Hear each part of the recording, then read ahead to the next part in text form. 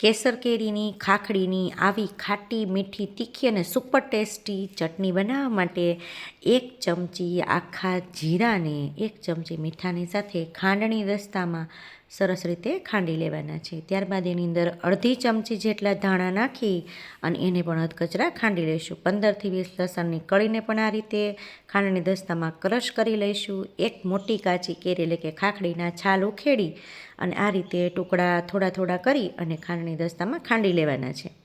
પોણા ભાગના ક્રશને આપણે વાટકામાં કાઢી લઈશું અને બાકીના ક્રશની અંદર 2 ચમચી ડુંગળી ઉમેરી અને એને પણ ખાંડણી દસ્તામાં સરસ રીતે ખાંડી લેવાના છે. એની સાથે આપણે ફુદીનાના 15થી 20 ચોખ્ખા કરેલા પાંદડાને ખાંડી લઈશું અને એની સાથે અડધો વાટકો જેટલા આપણે કોથમીર લેવાની છે, એટલે કે ધાણાના પાંદડા લેવાના છે. એને પણ આપણે એની સાથે સરસ રીતે મિક્સ કરી દેવાના છે અને ખાંડી લેવાના છે. બધું ખંડાઈ જાય એટલે એની સાથે 2 ચમચી જેટલો ગોળ નાખી અને 1 મોટી ચમચી આખું કાશ્મીરી લાલ મરચું છે એ નાખી દેવાનું છે. અને આ બધું ક્રશ થઈ જાય એટલે આપણે જે વાટકામાં કાઢી લીધા હતા ને એ બધું આપણે ખાંડણી દસ્તામાં ઉમેરી અને ચમચીથી સરસ રીતે મિક્સ કરી દેવાનું છે. આપણી સુપર ટેસ્ટી એવી ખાખડીની એટલે કે કાચી કેરીની ચટણી બનીને તૈયાર છે. એકવાર ચોક્કસ ટ્રાય કરજો.